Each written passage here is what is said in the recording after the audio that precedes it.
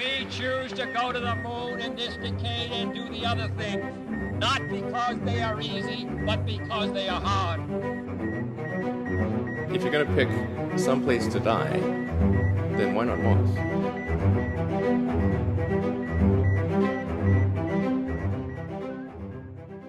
Hola a todos y bienvenidos al episodio número 2 de Parsec, nuestro nuevo podcast sobre exploración espacial. Javi, ¿cómo te ha ido la semana? ¿Estás contento con el recibimiento que nos han dado? Yo creo que tenemos que estar muy contentos. Hemos tenido, yo creo que un gran recibimiento. Ha habido unas reacciones en Twitter y en los comentarios que han sido muy positivas. O sea, yo estoy realmente contento. ¿Cómo lo ves tú, Matías, que eres el experto en podcasting? Eres aquí el sabio. Bueno, yo como siempre iba como bajo el brazo de Alex, pues siempre iba como satélite del gran asteroide que es él. Entonces, muy bien, pero la verdad es que estoy contentísimo. Además, nos han dejado un montón de valoraciones de 5 estrellas, nos han dejado muchos comentarios positivos y ahora la presión es máxima. Porque este episodio 2, como decepciones... Tengo vértigo, Matías, tengo vértigo. Bueno, hemos hecho también una mini gira por otros podcasts para promocionar Parsec. Hemos estado en Kernel, hemos hablado de basura espacial, es un episodio que quedó muy interesante por si queréis escucharlo. Repito, primero escucháis este, luego vais a Kernel. También he estado yo en Binarios con Ángel Jiménez, que es el fundador de Cuonda. Hemos estado hablando de Parsec también. Así que nada, una buena rondita de promoción, como los famosos, como las estrellas cuando estrenan película. Esta semana lo que vamos a hacer es repasar noticias porque ha habido varios lanzamientos, muchos lanzamientos muy importantes recientemente, históricos y de los que vamos a hablar un poquito hoy. ¿Quieres empezar por DART, por ejemplo? Que además a vosotros en GMV os toca una parte de seguimiento en 2024, ¿no? Con la misión ERA. Así es, así es. Sí, empezamos con DART. DART me parece perfecto. DART, es que podríamos decir que es la primera misión de defensa planetaria, por lo menos que sepamos, de la NASA, ¿no? Sí, no, que misión planificada como de defensa planetaria es la primera. No creo que hayan hecho ninguna secreta. No, estas cosas se publicitan.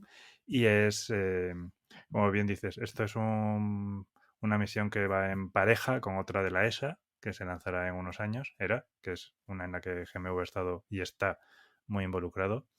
Pero, en concreto esta, DART, de la NASA, se lanzó esta semana, el 24 de noviembre, con un Falcon 9 desde la base de Vandenberg.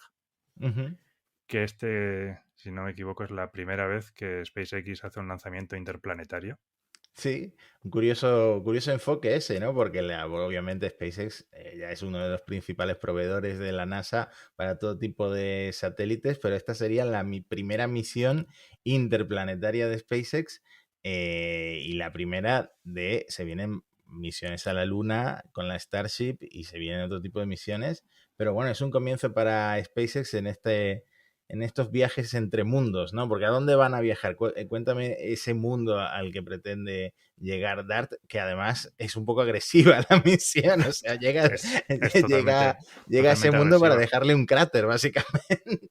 Decían en la NASA que todas sus misiones últimamente, y la ESA, ¿no? En Twitter, antropomorfizan sus misiones, ¿no? Les hacen así como un poquito humanos. Y que con DART no querían hacer esto, porque claro, el objetivo de DART es estrellarse al final de su misión.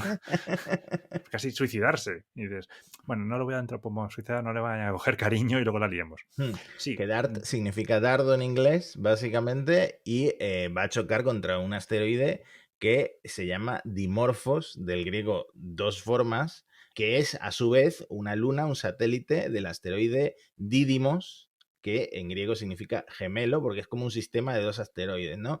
El Didymos es el más grande, 780 metros de diámetro, y el Dimorphos, el que la NASA va a impactar en él, es de 160 metros de diámetro. Eso es un asteroide con una luna. No es que sean peligrosos, no es que estén viniendo a la Tierra a hacernos lo que le hicieron a los dinosaurios, ¿no? En su momento. No, si Didymos no es peligroso, Didymos y Dimorphos no son peligrosos, no se van a acercar a la Tierra, están un poco más allá de la órbita terrestre.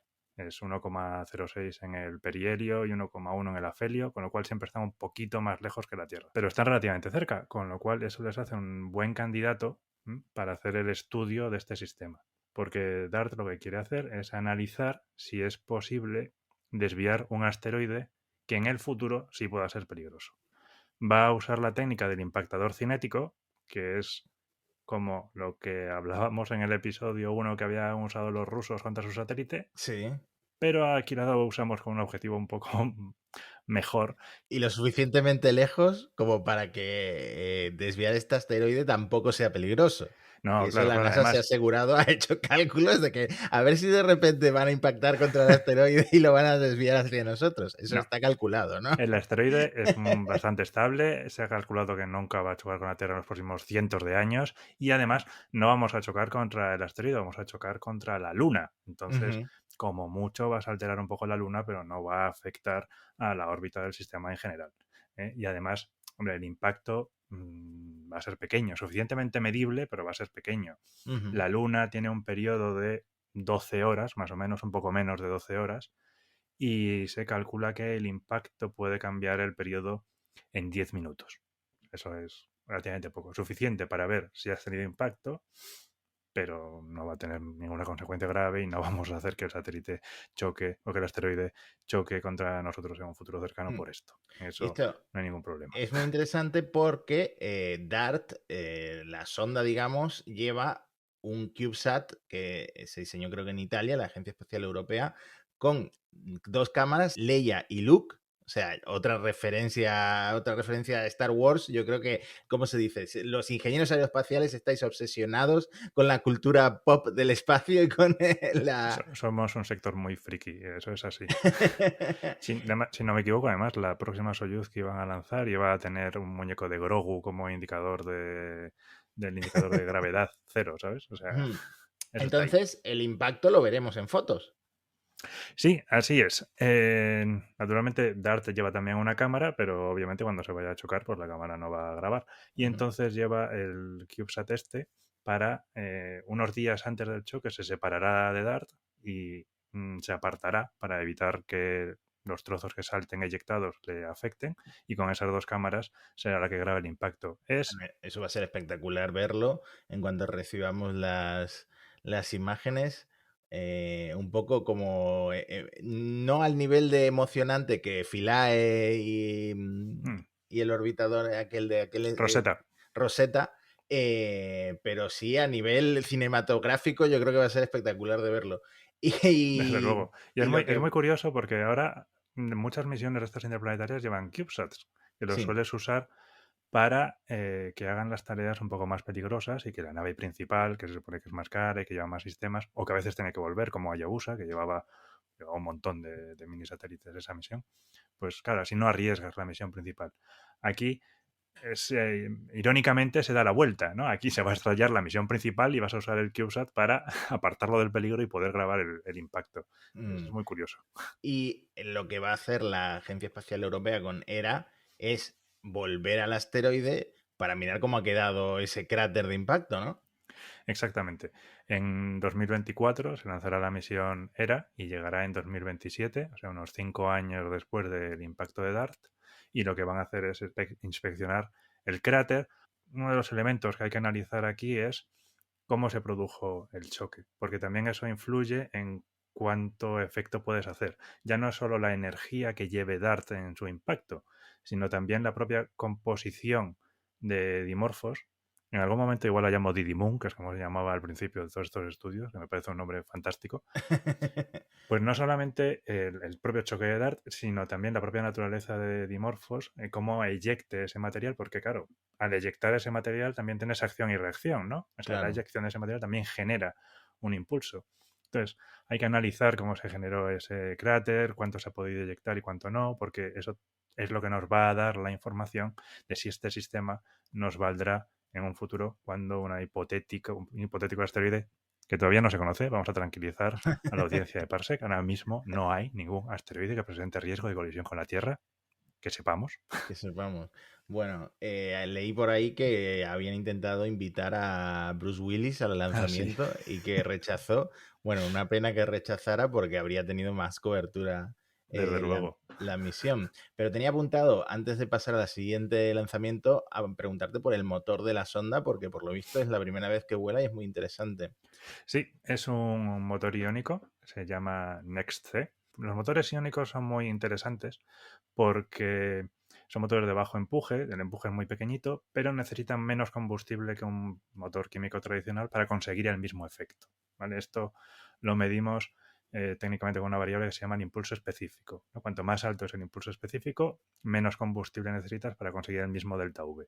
Y los motores de bajo empuje, los iónicos, tienen un impulso específico muy alto. Entonces van a usar este motor, que va a estar encendido durante mucho tiempo. Son muy guays, ¿sabes? Brillan en azul, es como los motores de los TIE Fighters. Son fantásticos.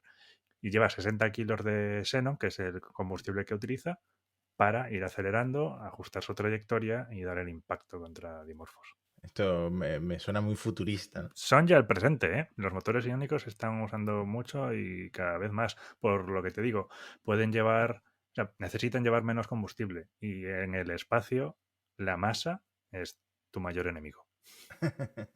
Bueno, entonces, DART, ¿cuándo tenemos que estar pendientes del impacto?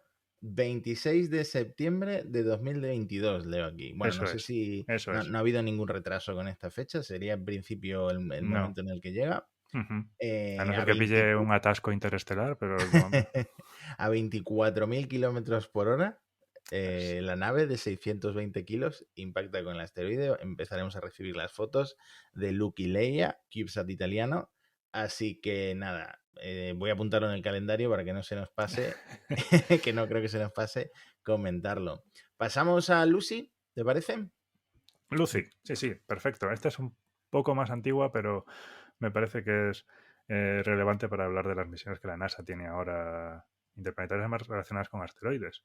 Además, que me parece, por lo que he leído, bastante emocionante porque esta otra sonda puede estar orbitando muchos años, muchos y muchos años, hasta que se rompa, hasta que deje de funcionar, porque la van a lanzar en una órbita súper estable para ver distintos tipos de asteroides, pero principalmente asteroides troyanos de Júpiter. Los asteroides troyanos, sí, son una peculiaridad que están en los puntos, esto va a ser un poco técnico, en los puntos L4 y L5 son los puntos equiláteros de equilibrio del sistema, o sea, se llaman de equilibrio de Lagrange, ¿vale?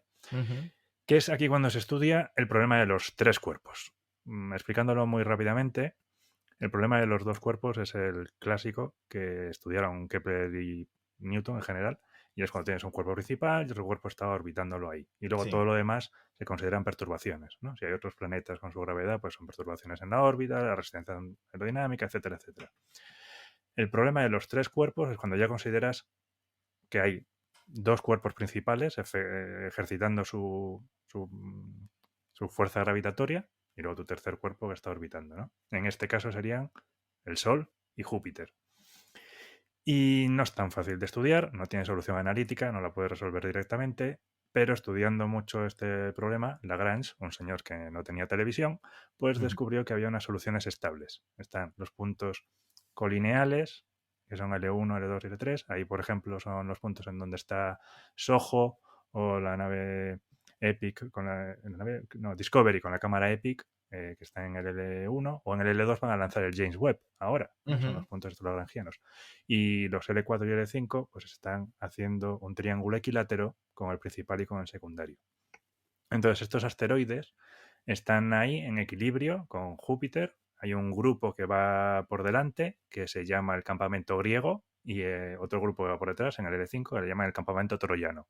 Estos Claro, asteroides... porque Lucy, aunque visite asteroides troyanos de Júpiter, no se acerca a Júpiter, porque No, estos asteroides están realmente lejísimos y van por delante o por detrás de la órbita del planeta. están a 60 grados de la Ajá. órbita por delante y por detrás. Vale, entonces Lucy se lanzó ya el 16 de octubre en un cohete Atlas V de ULA, United Launch Alliance, desde Cabo Cañaveral. También va a mandar imágenes de alta resolución, de tan alta resolución que incluso a distancias de 1000 kilómetros de estos asteroides debería poder capturar detalles en plan los cráteres, aunque sean del tamaño de un elefante, pone aquí, ¿no? Aunque sean pequeñitos, se pueden llegar a ver con las imágenes que mande Lucy. O sea, otra misión que me parece fascinante y que creo que no ha recibido tanta cobertura como merecía, pero bueno, estamos todos esperando el James Webb. Yo creo que el James Webb es el que atrae todas las miradas ahora mismo. A mí me parece muy interesante porque va a estudiar el origen del sistema solar, ¿no? A entender cómo se formaron los planetas. Se supone que estos asteroides troyanos son los restos de la creación del sistema solar. Y ahora mismo hay el modelo de creación del sistema solar que está en boga, vamos a decirlo así, se llama el modelo de Niza. Es muy espectacular porque supone migraciones planetarias. Es el científico que estaba estudiando esto, Levinson, si no recuerdo mal, empezó a analizar y decía, Urano y Neptuno no consiguió crearlos en el sitio donde están ahora. Y empezó a estudiar migraciones planetarias que se movían, ¿no? Los planetas gigantes se creaban más cerca, se juntaban más cerca de donde están ahora y luego se iban alejando, lo cual dispersaba un montón de cuerpos por el sistema solar y se supone que los troyanos son un resto de esto. O sea, a mí me parece completamente fascinante. Totalmente, pero no empieza por un troyano, sino que empieza por un asteroide del cinturón de asteroides que se llama Donald Johanson como el descubridor del fósil Lucy, que da nombre a esta sonda, bueno, no sé cómo llamarlo, satélite. El Lucy precisamente se le pone el nombre Lucy por la famosa canción que da título a este episodio de Lucy in the Sky with Diamonds de los Beatles. Cuéntame si quieres un poco más sobre este asteroide y sobre el resto de asteroides y las fechas en las que va a empezar a acercarse a esos asteroides y va a empezar a mandarnos fotos. Bueno, el Donald Johanson es un asteroide pequeñito que está en el cinturón de asteroides y lo van a pasar prácticamente de prueba. O sea, lo que van a estar aquí es probando que los sistemas funcionan, que la cámara funciona, que va a poder... va a ser, ¿cómo se dice?, el ensayo de que todo va a funcionar. Luego, cuando ya pase asteroide, que este va a llegar en el 2025, luego ya llega a la zona del L4, ¿no? Los satélites que van por delante de Júpiter, y visitará los satélites los asteroides Euribates, que tiene una luna llamada Queta. Este es más grande que el anterior, son 40 kilómetros más o menos de diámetro. Luego irá por otro que se llama Polymele, Leucus y Horus. Claro, aquí se ponen nombres de la guerra de Troya, ¿no? Se supone que por eso están en el campamento griego y el troyano. En el campamento griego pues son héroes aqueos y en el campamento troyano pues están los troyanos. Aunque Héctor está en el campamento griego y Patroclo está en el troyano, así que en realidad esto es un follón. Pero bueno, y después de visitar estos asteroides, lo que va a hacer es volver a la Tierra, que se va a convertir en la primera sonda también que vuelve a la Tierra tras estar en el sistema solar exterior. Vuelve a hacer la elipse y 5 años después lo que hace es llegar al L5. Que esto, si lo ves en el sistema rotatorio, es decir, si ves a Júpiter quieto, es que está haciendo unos 8 bastante chulos. Y esta trayectoria, además, es la que comentabas antes, va a estar haciéndola, se supone que durante 1 millón de años. Espectacular. Y aquí en el L5 pues va a visitar a Patroclo, que es un griego infiltrado en el campamento troyano, y Menecio, que son prácticamente un sistema doble. Entonces estudiará estos asteroides que son de muchos tipos, los han seleccionado de la forma más variada posible para investigar pues todo lo posible de la composición de estos asteroides. A mí me llama mucho la atención porque, claro, esto es definir por dónde pasas y definir los asteroides. Esto es análisis de emisión, esto es un poco mi campo. Lo que hacían es que el que definía esta emisión, pues claro, para él un asteroide y otro asteroide todos eran iguales. Y le pidió a los científicos que le hicieran una lista, y le hicieron una lista de 20.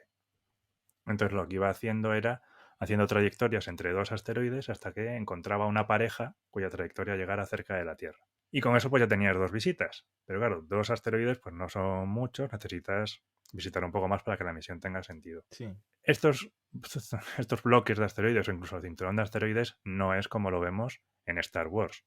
No tienes que estar esquivándolos completamente, no es tan denso. Si de hecho tener un encuentro es casi una casualidad. Y entonces el hombre, para probar si esta trayectoria pasaba cerca de otros, lo que hizo es que se hizo un propagador en Excel. ¿Sabes? En Excel, tío. En Excel. Matías, que se me vuela la cabeza. Que lo hizo en Excel. Bueno, hay gente muy profesional del Excel. Súper profesional. Y el tío encontró pues la trayectoria, pasaba por todos los asteroides, luego se lo pasó al JPL y el JPL dijo, mira, pues no hemos encontrado nada mejor, esto funciona, es lo mejor que hay. Y yo, bueno, pues nada, fantástico. Para que luego digan el Excel y los programadores se ponen celosos, pero el Excel a veces es más potente que muchos lenguajes y muchos, en este caso, simuladores y todo eso, ¿no? Totalmente. Bueno, antes de quedarnos sin tiempo, tenemos que mencionar un par de lanzamientos más que me parecen muy importantes, pero el James Webb, ya que lo hemos mencionado, se ha vuelto a retrasar. Este está maldito. Está totalmente maldito, pero solo se ha retrasado 4 días, del 18 de diciembre al 22 de diciembre, porque al parecer, mientras estaban en las instalaciones de preparación de la Guayana Francesa, en Ariane Space, estaban preparando para meterlo ya, para acoplarlo al adaptador de lanzamiento, pues parece que estaban haciendo una prueba y se soltó una abrazadera y parece que vibró un poco, ¿no? Ahí está, se dio a dar un pequeño golpe, ¿no? Entonces, claro, crisis, ¿sabes? Esto es un telescopio muy caro, muy complicado. No es que esté hecho de cristal, ¿no? Todos estos satélites están preparados para resistir unas vibraciones. Es decir, tú mira los cohetes, ¿eh? Los cohetes vibran y tienen unos modos de vibración que están definidos en sus manuales de usuario. Pero claro, tú preparas los satélites para las vibraciones que conoces. Esto es una vibración inesperada y había que analizar que no generara ningún problema. Por suerte han sido bastante rápidos, dicen que está todo bien y que todo sigue en orden para lanzarse el 22 de diciembre, que era un poco lo que estimaban que iba a retrasarse después de la vibración. O sea que todo sigue preparado, espero que lo veamos en esta época navideña, el 22 de diciembre, porque hay muchos que no se fían y creen que esto se va a ir ya a 2022.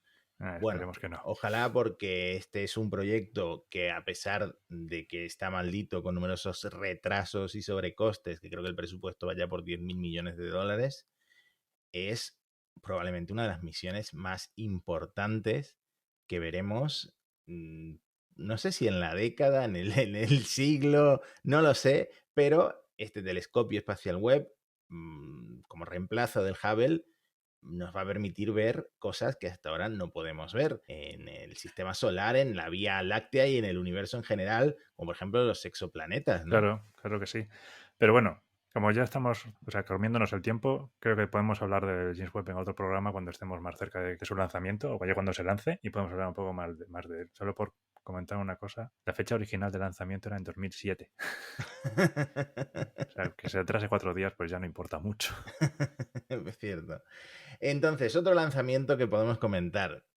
Nuestros amigos los rusos, que se pusieron el primer episodio de Parsec y decidieron bloquear el podcast en Rusia. No, es broma, se puede escuchar Parsec en Rusia, pero no me extrañaría que a Putin le haya ofendido nuestro primer episodio, porque no nos dejamos muy bien. En este caso no vamos a hablar de nada malo, porque han lanzado por fin el módulo Prichal o Prichal, ¿cómo se pronuncia? Es que el tema ruso lo tengo tan desgastado, tan oxidado. Sí, lo tengo oxidado. No, tampoco...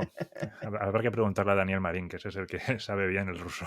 Exactamente. Además, este venía ya con mucho retraso, creo que hace una década que se construyó, porque el Nauka, a su vez, que es otro módulo de la Estación Espacial Internacional, que se acopló a la Estación Espacial Internacional hace menos de 4 meses, el 29 de julio, también se había retrasado un montón. Entonces, al final, los rusos, con sus diseños y con sus módulos de la estación, de su sector de la Estación Espacial Internacional, pues se han ido retrasando, y al final parece que este podría ser el último que acople a la Estación Espacial Internacional, por la amenaza de que se van a su propia estación espacial, ¿no?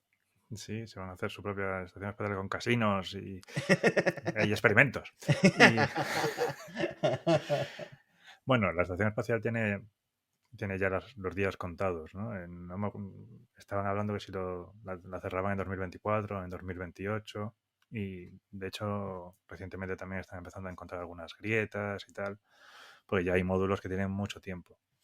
Y claro, está aquí la amenaza pendiente de que los rusos decían que montaban su propia estación espacial, de la cual Prichal era el módulo principal. Se había discutido mucho si Prichal, si Nauka, tal, pero claro, son módulos ya bastante antiguos. Nauka lleva mucho tiempo en tierra.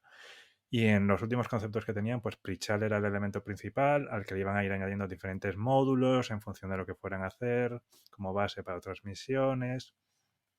Lo que Básicamente es también es un que les puerto, veo. ¿no? Es un puerto ¿Mm? para Claro, embarcar otras módulos y naves, ¿no? es un embarcadero con hasta 6, tiene 6 puertos, ¿no? 6 puertos de atraque. Pero veo a los rusos un poco ambiciosos, ¿no? Porque también están haciendo planes supuestamente con los chinos para otra estación espacial o estación lunar. O sea que, no sé. A ver en dónde acaba todo esto.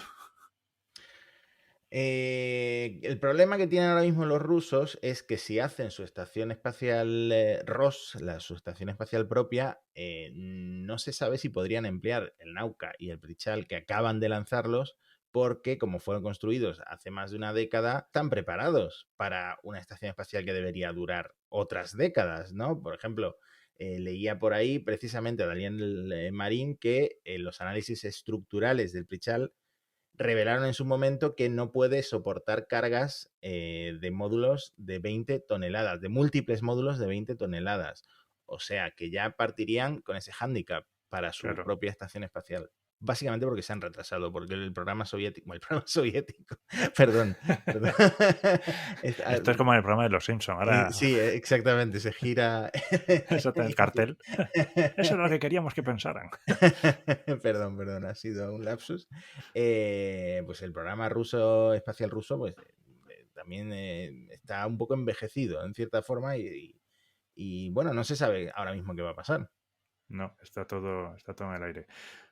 Por lo menos podemos alegrarnos de que Prichal se ha acoplado bien, ha sido un éxito, no ha dado ningún problema como dio desgraciadamente Nauka en su momento, que hizo girar a la estación 540 grados. Este ha sido un atraque, bueno, vaya año que han tenido en la ISS, ¿sabes? Entre lo del Nauka, la basura espacial del otro día, madre mía, ha sido un año intenso. Bueno, y como nos queda muy poquito tiempo, voy a pasar ya directamente a otro lanzamiento no tan importante, pero sí sorprendente, porque una de estas empresas aeroespaciales que han surgido en Estados Unidos, Astra, ha conseguido poner en órbita una carga en su cuarto intento. Esto es récord absoluto. No sé quién lo tenía antes, pero SpaceX tardó 6 años y 4 meses. Firefly y Rocket Lab y Virgin Orbit necesitaron más de 7 años. Y no sé exactamente de quién era el récord anterior, pero han batido ese récord. Son la empresa más rápida en llegar a órbita. Con un cohete de combustible líquido, sí, han tardado 5 años y un mes. Y sí, es un récord, es espectacular, es de admirar. ¿Qué pasa? Asterisco. No es un cohete muy grande. Es un microlanzador que puede poner en órbita cargas de 100 kilos. Esto es muy poquito, porque otras empresas con cohetes pequeños te ponen 1 tonelada, 1,5 toneladas. Esta empresa, ¿por qué lo está petando? Que de hecho he leído que tiene ya como 50 misiones en cartera y además ha recaudado $500 millones de fondos, entre ellos de Eric Schmidt, fue CEO de Google, ¿no?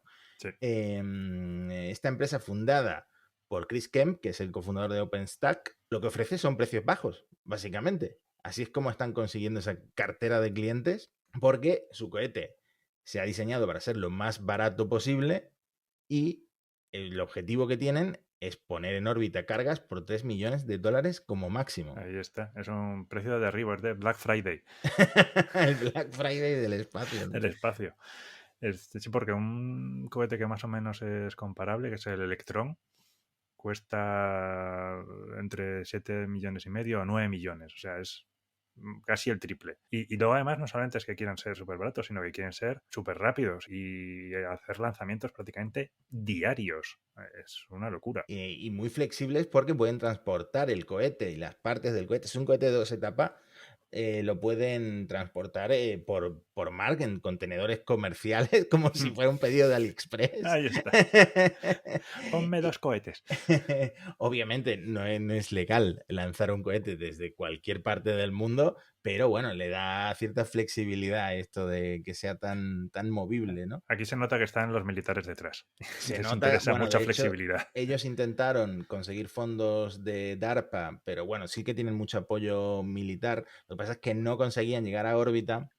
Si hubieran llegado en 2018 sí que habrían tenido ese concurso, pero lo han conseguido y yo creo que van a tener mucho apoyo porque para ese tipo de cargas pequeñitas y rápidas que necesitan los militares, muy interesante, quizá por eso lo estén petando también, pero ojo porque también se diversifican, porque salió a principios de noviembre una noticia de que han pedido permiso a la FCC en Estados Unidos para poner en órbita una constelación de 13.620 satélites. O sea, ese episodio de la basura espacial está tardando ya en llegar porque todo el mundo quiere tener su constelación de satélites en Internet. Yo no sé si tanta gente necesita Internet satelital. Ya, tío, esto es como con los cohetes, ¿no? O sea, hay 120 empresas haciendo cohetes. No vais a sobrevivir todos, ya te lo digo. Aquí tampoco creo que haya tanto espacio para tener tantas constelaciones. Pero bueno, en fin, yo qué sé. Aquí hay mucha gente muy lista poniendo mucho dinero, así que probablemente me equivoque yo. Bueno, pues también tendremos que tener el ojo puesto en Astra, porque además utilizan también impresión 3D para los motores. Esto es una tecnología que parece que todo el mundo lo tiene claro. Por ejemplo, SpaceX no la usa, que sepamos, por lo menos en el diseño de motores, ¿no? Pero en la fabricación de motores. Pero parece que cada vez más empresas se interesan por esta tecnología, a la que probablemente le dediquemos otro episodio. Y hasta aquí hemos llegado con estos 4 lanzamientos tan importantes, el de DART, el de Lucy, el del módulo Prichal de la Estación Espacial Internacional de parte de los rusos y el de Astra como récord de poner algo en órbita. Un par de meses muy movidos y muy importantes para el futuro de la exploración espacial. Nos vemos la semana que viene, Javi. Nos vemos la semana que viene, Matías. Muchísimas gracias por todo lo que has explicado y muchísimas gracias a todos los oyentes que nos dejaron esas valoraciones tan positivas, a todos los que se han mantenido en el episodio 2 y que querrán volver al 3. Ya sabéis que podéis seguirnos en Twitter, @parsecpodcast, podéis escucharnos en todas las plataformas, parsecpodcast.com. Y nada más, nos despedimos por hoy. Hasta la semana que viene y un abrazo. Adiós. We choose to go to the moon in this decade and do the other things, not because they are easy, but because they are hard. If you're going to pick some place to die, then why not Mars?